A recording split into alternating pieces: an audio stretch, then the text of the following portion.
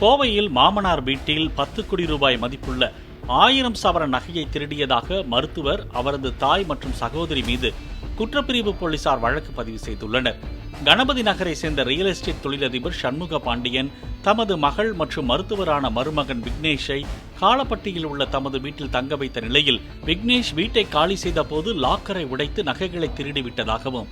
அதில் 100 சவரன் நகையை மட்டும் திருப்பி தந்துவிட்டு தமக்கு கொலை மிரட்டல் விடுப்பதாகவும் சண்முக பாண்டியன் புகார் அளித்தார்.